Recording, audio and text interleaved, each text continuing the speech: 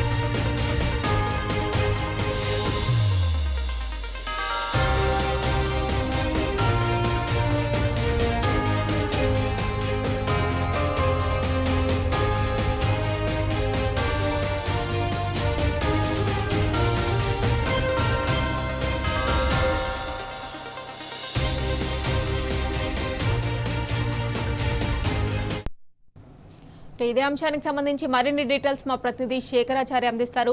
శేఖరాచారి, చెప్పండి. SLBC tunnel నుంచి rescue team ఒక మృతదేహాన్ని వెలికి తీసినట్లుగా తెలుస్తోంది. సో కుటుంబ సభ్యులకి ఎప్పటి వరకు అప్పగించే అవకాశాలు ఉన్నాయి? మిగతా మృతదేహాలను ఎప్పటి వరకు వెలికి తీసే అవకాశాలు కనిపిస్తున్నాయి? కొద్దిసేపటి క్రితమే మృతదేహం టన్నెల్ లోపల నుంచి తీసుకెళ్లి అంబులెన్స్ ద్వారా నాగర్ కర్నూలు జిల్లా ఏరియా ఆసుపత్రికి తరలిస్తున్నారు.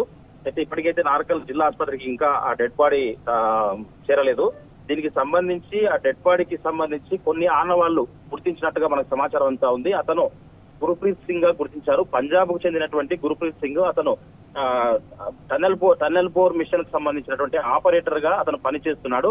అతనికి ఉన్నటువంటి అంటే ఆ ఫేస్ ఐడెంటిటీ కావచ్చు, తర్వాత అతని చేతికి ఉన్నటువంటి కడియం ఆధారంగా, అతను వేసుకున్నటువంటి డ్రెస్ ఆధారంగా కొంత అతనే అని చెప్పేసి కొంత నిర్ధారణకు వచ్చినటువంటి విషయము మనకు తెలుస్తా ఉంది. కానీ ఇది అనధికారికంగా చెప్పినటువంటి విషయమే.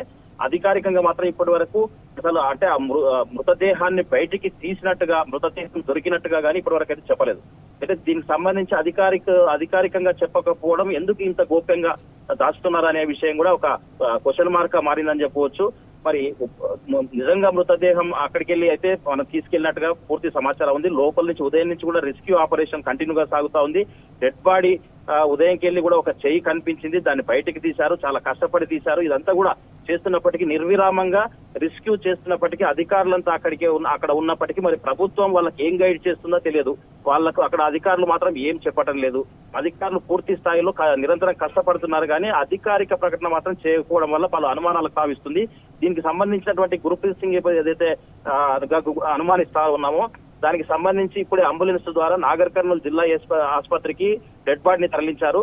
అక్కడ డెడ్ బాడీ దింపే క్రమంలో వాళ్ళ కుటుంబ సభ్యులు ఎవరైనా అక్కడ ఉన్నారా, లేదంటే అక్కడ ఫోరెన్సిక్ ల్యాబ్ సంబంధించినటువంటి వాళ్ళు, వైద్య సిబ్బంది వాళ్ళు ఎట్లా రిసీవ్ చేసుకుంటారు, తర్వాత పోస్ట్ మార్టం నిమిత్తమై మరి కొంత సమయం పడుతుందా, లేదంటే అక్కడ మార్చురిలోనే అక్కడ భద్రపరుస్తారా, ఏ విషయం అనేది మరి కొద్దిసేపట్లో నాగర్ కర్నూలుకు డెడ్ బాడీ తరలిస్తే గానీ అక్కడ ఉండేటువంటి పరిస్థితులను, తర్వాత వాళ్ళు అక్కడికి ఎవరు వస్తున్నారు, తర్వాత కుటుంబ సభ్యులు ఉన్నారా, లేదంటే అధికారులు ఏం చెప్తారు, అక్కడ ఏమైనా అధికార ప్రకటన చేస్తారా అనే అంశం కోసం మనం వెయిట్ చేయాల్సి ఉంటుంది.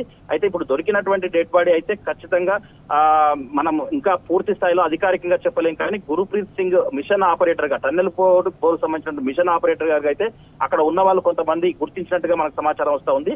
అతని డ్రెస్ కోడ్ కావచ్చు, తర్వాత అతని ముఖ కవలికలు కావచ్చు, తర్వాత అతని కడియం, చేతికి ఉండేటువంటి కడియం ఆధారంగా కూడా కొంత గుర్తించినట్టుగా మనకు తెలుస్తా ఉంది.